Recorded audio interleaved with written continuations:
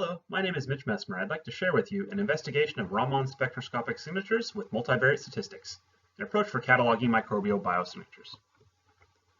This project is part of a larger project looking at spectral signs of life in ice.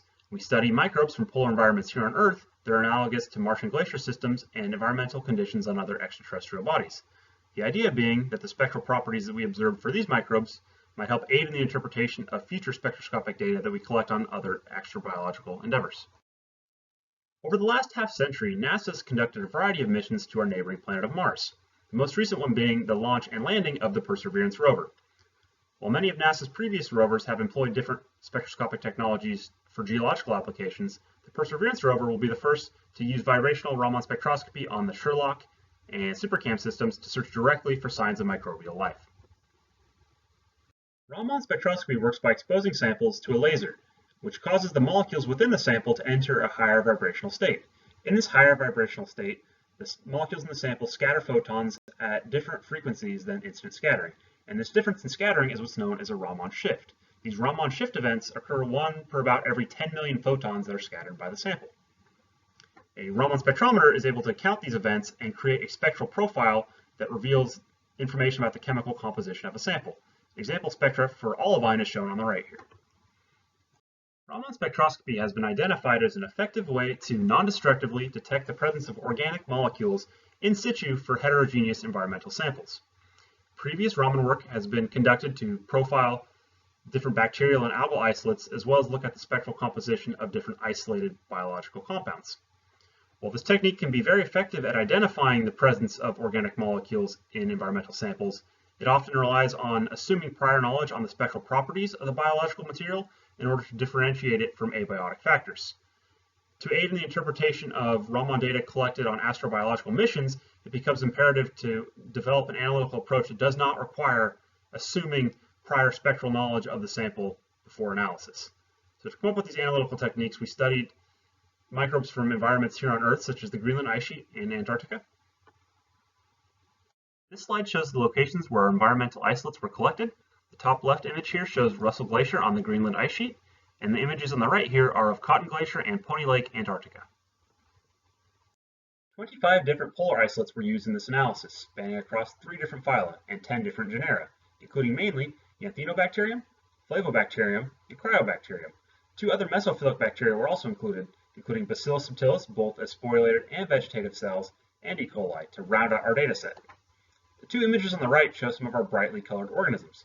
Pigmentation has been identified as a defense mechanism that microbes can use in harsh UV conditions, and it's anticipated that any microbes that we find on extraterrestrial bodies may exhibit similar characteristics. To analyze our samples, we used a LabRAM HR Evolution Raman spectrometer using a 532 nanometer laser and equipped with the LabSpec 6 software. The rest of the acquisition parameters are shown on this slide. The Raman spectra of our bacterial isolates are represented on this graph to the right, and they're color-coded based on the colony colors of the organisms.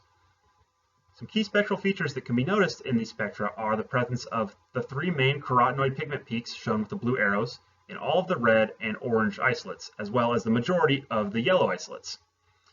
In addition, a specific carotenoid, canthaxanthin, was identified in the Raman spectra of some of the orange and red samples, shown by the red arrows here. Another spectral feature that was observed through Raman spectroscopy was the presence of saturated fats. These saturated fat peaks are indicated with the blue arrows here, with the most predominant one coming from membrane lipids at about 2,900 inverse centimeters. Unsaturated fats were also detected with this analysis, and the spectral features associated with them are represented with the green arrows. Principal component analysis is a common technique that's used to show differences between samples with respect to their Raman spectra. We performed a principal component analysis for our samples, and we found that there were 3 main groupings. In the top here, we have our red and our orange isolates. The bottom left here, we have the Bacillus subtilis spores, and the rest of the non-pigmented, as well as the pink and the yellow isolates, clustered together here in kind of the bottom right. While this method is effective at showing how the samples are different from each other, it doesn't visualize what regions of spectra are contributing to these differences. So for this reason, we wanted to come up with a more specific approach that would allow us to represent these differences. We created a technique called Targeted Spectra Integration, or TSI biplot analysis, to visually represent how the different spectra from the different isolates varied with respect to spectral features that correspond to key cellular components, such as carotenoids, saturated fats, unsaturated fats, trace glycerols, and proteins. To do this, we integrated the regions of the spectra that are associated with these cell features and then summed these values to create one cumulative value for each spectrum with respect to these cell features. A principal component analysis was conducted on this data to create a TSI biplot with loading vectors that show how correlated each of the different spectra are to the variables of interest. While this technique was effective at showing differentiation of the spectra with regards to cellular features, it required assuming prior knowledge of the biological composition to create the loading vectors. We wanted to come up with an additional analytical technique that could visualize the differences in our data set without having to assume any prior knowledge to identify target regions. To do this, we performed unsupervised k-means clustering on our Raman data. The cluster plot on the left shows that our isolates grouped into 4 main clusters, with cluster means on the right that are indicative of the spectral properties of the organisms within each cluster. The table on the left shows the distribution of the isolates in the 4 clusters on the k-means cluster plot.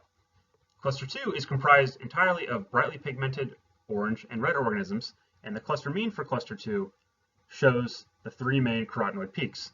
Cluster 1 was comprised entirely of Bacillus subtilis cells, and clusters 3 and 4 showed similar trends with respect to colony color, and the cluster means for 3 and 4 reveal similar spectral information, with the difference coming largely from the presence of a nucleotide peak at about 800 inverse centimeters.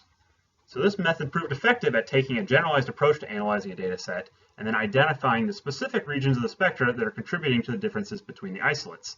These regions of the spectra could then be used as targeted sections for more specialized, supervised analytical approaches. A supervised pairwise PERMANOVA was conducted for our data to compare the pigmented versus non-pigmented organisms with respect to the regions of the spectra that correlate to the aforementioned parameters. The statistically significant pairings are shown by the bolded numbers here, and you can see that the majority of these statistically significant differences came when comparing pigmented versus non-pigmented organisms. The results of this project showed that unsupervised statistical analyses, such as k-means clustering, can be effectively applied as a generalized approach to analyzing trends in spectral data without assuming prior knowledge of the samples. These unsupervised analyses can be used to identify target regions of the spectra that can then be used to inform more specialized or supervised analyses. These analyses including the visual representation of data through a TSI biplot or providing statistical validation through a supervised PERMANOVA.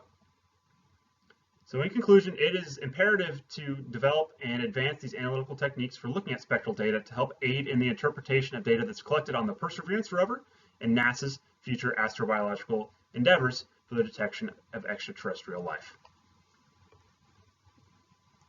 I'd like to take a minute to thank all of my lab mates and members of the Center for Biofilm Engineering for all of their support, as well as our collaborators and NASA for funding this project. Thank you for listening.